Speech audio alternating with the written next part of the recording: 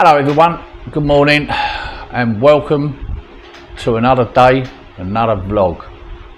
Welcome to all my viewers, old and new, my regular loyal subscribers, and of course, last but not least, all of you all the new subscribers who have taken your time out to watch my videos, and especially the ones that have made comments. The comments sort of make the channel really. It's just interesting to see all the different views of people. Some are very critical, the majority of them are positive, encouraging, complimentary, likening me to somebody or another that I remind them of. If that's rocking your boat, then great. I'll do my best to answer all of you, and I will answer all the comments, not just the good ones. I will answer every comment if I can.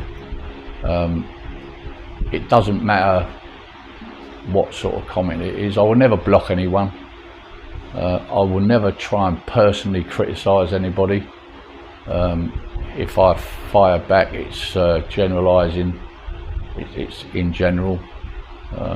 Some people, and I quote, are called keyboard warriors, unquote. I call them the boxer tissue brigade. Listen, if you don't like being dug out, just keep it clean, keep it real, and we'll get on like a house on fire. But whoever you are, wherever you are, whatever nationality you are, doesn't matter. Pull up your pants, hold tight, and let's get down to the business of today's vlog. So, life-changing experiences or experience. What is it? What are they? Has it changed me as a person? What are the differences between living here in the Philippines and London, in particular, in my case, the UK? First, I'd like to try and give you a little bit of my background, if I may, if you're willing to listen.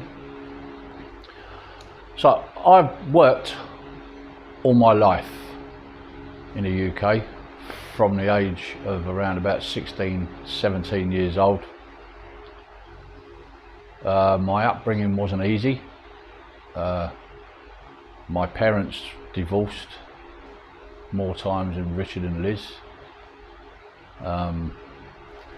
So it was a pretty sort of hard childhood for me. I spent most of my childhood in boarding school. Boarding school is like an institute. Those of you who don't know what a boarding school is, you go there, you live there, and you go to school there. So you're full time, basically, in a school, in an institution. Not only the boarding school, but I was in children's homes, another boarding school, assessment centres, foster care, remand centre. I don't really want to go down that line too much. My first boarding school actually was used during the war, during the World Wars, as an intelligence centre. You know, where they used to sit around the big tables pushing the ships and, you know, the logistics and stuff like that, whatever they call it. And it then turned into a boarding school for, let's just say, underprivileged children who were either there for reasons of no parents, orphaned, or just there to give them a full-time, full-on education. There was no discrimination. It didn't matter what background you come from. The boarding school catered for all walks of life, which is supposed to put you in the right direction for the rest of your life. Righto. Whether it did or didn't for many of them, but for me, it sort of taught me the rules of life, as it were. After I'd been through all that, actually the school closed down, is now one of the biggest Crown courts in the whole of the UK. So if I was still there, I wouldn't have thought I'd go and see my lad, if you know what I mean. Anyway, that period of my life ended, and then I went out in my own world, or the big wide world, if you want to call it that, to get on with the rest of my life. So I, as I say, was a bit rebellious, but I stuck my head on, back round the right way, and got on with the rest of it. I didn't really have somewhere settled to live. I was in the main staying with mates or mates of mates. I was renting cheap B&Bs, but I was working. I got a job in a bar, a live-in job in a bar, which is brilliant, absolutely brilliant, right in the middle of the West End, Leicester Square. Brilliant. I lived up almost on the top of Leicester Square. It's not there now, it's something else. It used to be 5 bars, and I worked there for 2 or 3 years, had a great time. Got up to all sorts of shenanigans, I can tell you. Can't really divulge too much information. But, you know, just plodded along, generally working, getting by, and then eventually got married. Unfortunately, that didn't last too well. It lasted 7 years, but I got married and divorced 3 times for my sins, and I got a couple of sons out of it, which you know, is brilliant. One of my sons, the eldest one, was actually out here over Christmas, and we had a great time. Bonding, 3 weeks of non-stop drinking, just men being men, men behaving badly, if you like. For those of you who know that programme, Men Behaving Badly, you appreciate what I mean. We were a couple of herberts, just having a great time.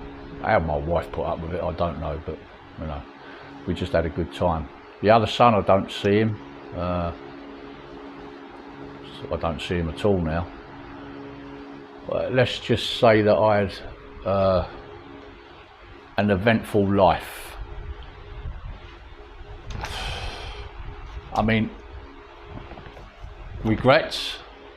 Oh, I've had a few. I've made mistakes, too many to mention. But you do what you got to do.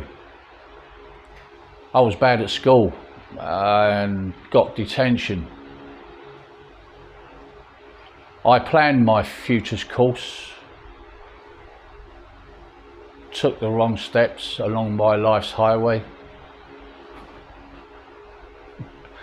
What's more, I took the piss, but I lived it my way. I just made that up. Soppy sod. But getting back to the point of the exercise, the point of the video. My life's changes. A life-changing experience. And it is a life-changing experience. As I said, I've worked all my life and I earned the right. I paid my taxes, I paid my national insurance, and I earned the right to get my state pension. I earned that. So now it's payback time. It's time for the state to look after me. Albeit not a great deal of money, but it's enough. Unfortunately, and this is where the life-changing experience comes in, for me to live in the UK would have been nigh on impossible. I just wouldn't have had enough income without support from the government, which I don't like relying on that. It sort of like knocks your ego, it puts you down. Worrying about paying bills and worrying about, you know, all sorts of different things. How am I going to feed myself, clothe myself? You know, will I be able to get about, put petrol in my car? Can I afford a car? Get an old age pensioner's bus pass and just plod along. And as the government would deem to think the money that they give you is enough, I just think it's like one foot in the grave for them. It's sort of like, here you go, have a little bit of money for your downhill slope. It just wasn't possible. So we planned beforehand, my wife and me, to relocate here, for me to become an expat or a British immigrant, as some would like to put it. Not even going there either. And that pension that I get is more than enough for me to live on here. I can now, based on the fact that we own this house, we haven't got a mortgage to pay, we just got utility bills to pay. So that's completely changed my life in the respect of that I can sleep at night when the dog don't jump on me and start biting me ear. I'm more relaxed. I've lost loads of lines. I used to have more lines on my head than a pinstripe suit. I've just learned how to be more, less angry, if you can believe that. Some of the videos before doesn't show it, but I've become more tolerant. I've become a better person, but I've earned that. I mean, I don't have to ring the Samaritans up anymore. I mean, I'm off their favourite list now. It's not on me sort of like regular push button with numbers. I think basically the credit for my mental state is mainly down to my wife. My wife, we've been together 8 years, and she's taught me so much about life here. Although we met in the UK, so she adapted to our way of life and she embraced it, and now we're here. She's now teaching me, because it is a totally different way of life here. I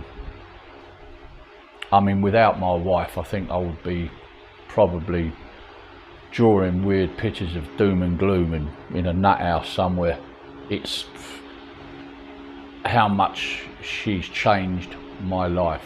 So the title, A Life Changing Experience, that's example number one, if you want. We'll put that down as example number one.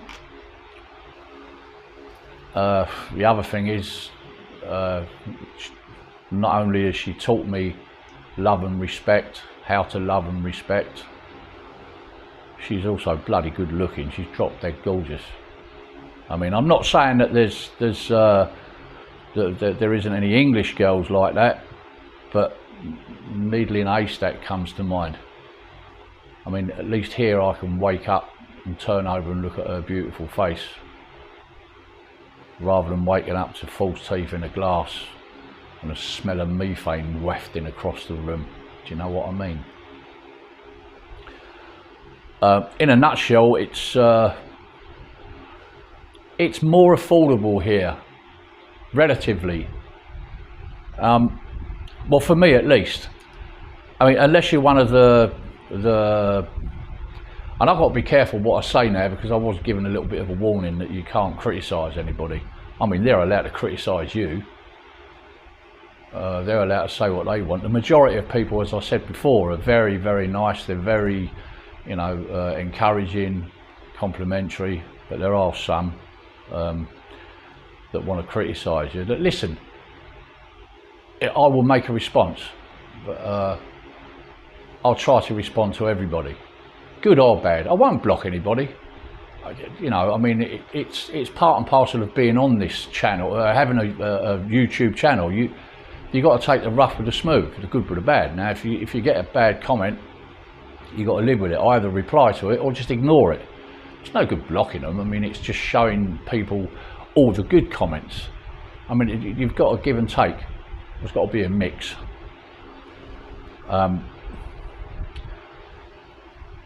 Listen, if you want to make bad comments and you want to criticise me, and you don't like the fact that I'll dig you out, if you don't like me digging you out, don't give me a shovel. Don't give me a shovel to dig my own YouTube grave, because I will reply. And I will generalise. I won't personally attack you, but I will do it in general. But be respectful, be nice. Let's have constructive criticism. I've had a couple of nasty ones, but you're going to get them. The other point, big changing, a big life changer here for me, is that I've never really owned a house. I've never really been in that position where I'm so settled that I've got my own space, our own space, our own land. I've never been in that position before. Here, we do. We own the house, we own the land. And there's, like I say, there's just the utility bills to pay for, which the pension that I receive every 28 days goes a great deal to help pay for all of that. So yeah, that is, you can put that down as a big life changer. It's a massive life changer. I've never had that luxury of owning my house outright. So yeah, that's probably point number 2 if you want. Another point, the setting of this house. We're in the province. The city's just down the road there, 2 or 3 kilometres, well 7 kilometres I think, down the road. It's 15 minutes on the bike. My wife works down there. The setting here is beautiful. We're just covered in greenery, trees, plantations, fruit trees, a view of the beautiful mountains over there. We got a couple of beaches, stunning beaches just round the corner. I mean, the setting comes with, you've got to adapt to the heat. It is hot here. It's tropical. It's very hot. UK, we crave for a bit of heat and sun, but when you get here, you crave for a bit of rain. I don't think I've ever heard any person from England saying, "Oh, I wish it would rain." Well, I've heard one, but he's a musician. You have to acclimatise, you have to get used to it, but the settings, the stunning surroundings, the quiet. Sometimes the quiet is so deafening. Unless there's a party going off over there somewhere, the karaoke's kicking in and they can't, I mean, and all that. You just live with it. It's part and parcel of living here. I mean, that's the way it is. You know, even when it does rain, when the rainy season comes, the welcome relief of the rainy season, it can rain constantly, all day for like a week, 2 weeks even. But during that period of time, when it does stop, within a couple of hours, it's bone dry again, and the sun comes out. So it's not like it's miserable. When it's raining in the UK, it's cold, it's damp, it's miserable. Here it's warm and steamy and lovely, life-changing. That's another thing that you've got to get used to, the climate.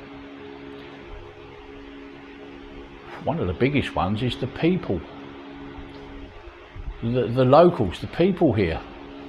Their attitude in life is so much different from what we're used to. And I'm talking about British people. The Americans, I don't know, I can't speak for them. Probably similar. And any other nationality, I can't really speak for them. But I'm talking personally for us Brits, expats, British immigrants, whatever you want to call us, who live here. The people are so friendly, very friendly. To them, you're a bit of a novelty, but they will take their time out. They're always smiling, they're always waving. When I'm driving down the road and they're always waving, I find myself driving to work and I'm going, whoa, like, whoa, all right, beep, beep. they're just so friendly, and they always smile. They're always smiling. I mean, they start to recognise you. They start to get to know you in the end, and it's like you're part of one big family here. There's 18, 20,000 people live in this particular province, and I'm talking about this province, not Vegan City itself. There might be 40,000, 50,000 living there. I don't know the stats, the statistics.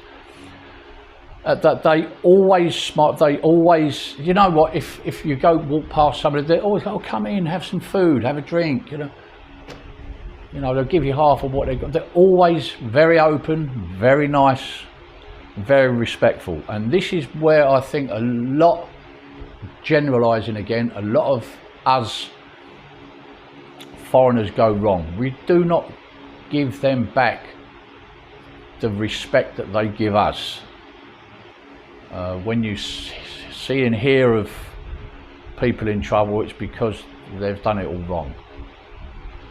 All right, things are a little bit slower here.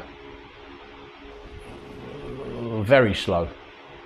I've mentioned before in, I think, a previous video, they do like a queue to get into another queue, to wait in the line for another queue. And when you get there, it's things like when you go out for a meal, you order a meal for two, and my wife's food will turn up first, and she'll sit there and wait and wait. I said, no, just crack on, eat. And mine turns up half an hour after she's finished hers. That's the way it is here. Get used to it. It's something that you can moan about, but you're never going to change it. It's the way it is. If you like, don't go there. Cook at home. Quite easy. When you're walking about, just in general, for example, going to the market, there's thousands of people in the market, and everybody, and I mean hi sir, hello, good morning, hello. Where did you get that in England? Where do you get that anywhere? And they walk around like with a face like a smacked arse. They haven't got the time of day for you. What's the time? Yeah. Well, temp asked. Can you tell me how to get to so and so? Yeah, get on a bus over there. No one seems to have the time of day for you. You've got to have quite a lot of patience here, because things are a lot slower. I mean, they are trying to. They're trying to improve the infrastructure here, and you've got to give them credit. They work on a very limited budget, but you've got to give them their due. They do try. I mean, they're lovely people. That's my personal opinion, and I'm sure a lot of you might agree with that. That's another one. Crime. Another life changer here. Crime in the UK is gone through the roof. It's gone through the roof. It's everyday stabbings, violence, shootings, armed robberies, this, bank robberies, that, riots, marches from people that didn't ought to be there in the first place. And don't get me going there either. People in pubs coming out at 11 o'clock, 12 o'clock turfing out time, and all they want to do is fight. They've had one too many, and all they want to do is pick a fight and have a row. They don't do that here. If they do, it's very rare. I haven't seen it. I haven't seen a riot here. I haven't seen a protest. All I've seen is jolliment. All I've seen is fiestas and people smiling and going on floats and driving around the town and having fiestas, inviting the neighbours in. One big happy family. It's very rare that anyone that you've got to be worried about crime here. I mean, you can take your bike and park it anywhere. And I mean anywhere. Park your bike, take your helmet off, shove it on the handlebars, go about your business, do your shopping. You come back and you guarantee that your bike will still be there, your helmet will still be there, and the wheels will still be there. In fact, everything will still be there. They respect your property. Very rarely does it happen. Very rarely. I mean, I've heard back boxes being stolen and stuff, but it's just very minor stuff. Cleanliness here can do with a bit of improvement, but as I said, they are trying. They have teams of people going out cleaning the roads, and they just generally try to look after their place. They are very, very patriotic. I mean, they're allowed to have a fiesta, and they're allowed to fly their own flag without the old bill steaming in with battens and stopping you from going here and there. Bash, bash, we can't do that. You can't fly your own flag in your own country. I mean, I can fly my flag in this country and they love it. I certainly can't do that at home. It's a fine, isn't it? You get fined, nicked, arrested, go to jail. Does it ring any bells, you Brits? It's just a complete difference, a life-changing difference in my life. Something that again takes getting used to. First time I've ever owned a dog. Is this relevant? Yeah, it's changed my life, owning a dog. I know how to clean shit up. But the dog's great company. My wife's at work. I come home and I play with the dog, walk with the dog. I've got loads of stuff to do. My dog's amazing. I don't know if any of you have ever heard of a world famous landmark in the UK. It's called the Stonehenge. A massive tourist spot. Everyone goes down there. It's an ancient, what do they call it, monolith or something like that. It's an ancient building, if you want. Not a building. It's like a load of stones. I think my dog must have a bit of druid. Well, it must have been a druid in a previous life, because she can shit, or she's building her own Stonehenge with her shit. I'll stick a picture up here, have a look at that poo. I'm gonna have the summer solstice. I'm gonna have druids. I'm gonna have druid worshippers coming through the door and walking round her turd. It's brilliant. But yeah, on top of that, it's also making me a bit more healthy, having a dog. How, you ask? Well, I'll take you for a walk on the beautiful beach. I couldn't do that at home. Almost every night, exercise up and down the beach.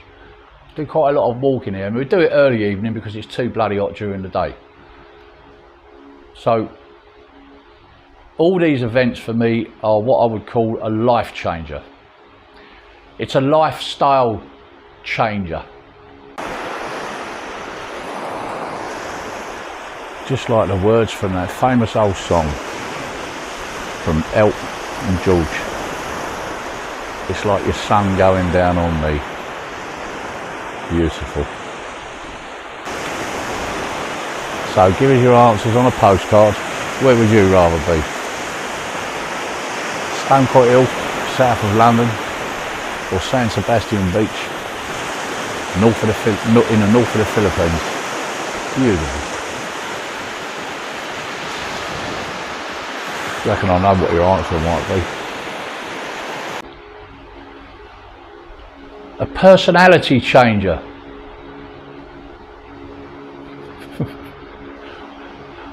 But again, as I say, it does take time to adapt. It is, without a doubt, a completely different way of life. You just need to embrace it. And I just think all you guys that are aspiring to come here, you've seen a load of videos of you know, this is paradise, this is the best place to be, this is blah blah. You need to come out, spend a couple of weeks. Well, a couple of weeks you won't see nothing. I mean, the Philippines is 7,000 plus islands. It's going to take you ages to see them all. try and I won't say it. I mean, it's just see for yourself. Stay here for a month if you possibly can, and get involved with the province.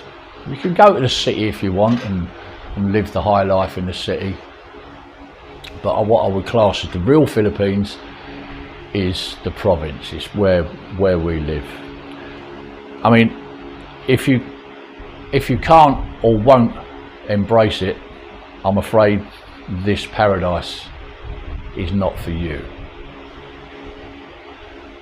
I sort of think I've come to the end of this vlog. To me, it's changed my life. It's changed my whole outlook on life. I was trying to get through the whole video without saying the F word, but fuck it. I don't seem to be able to function. My brain don't kick in unless I've got an F in there somewhere, or whatever. So, on that note, you lovely people, be lucky. Drink plenty of water. Keep smiling. Keep dreaming. Peace out. And I'll see you on the next one.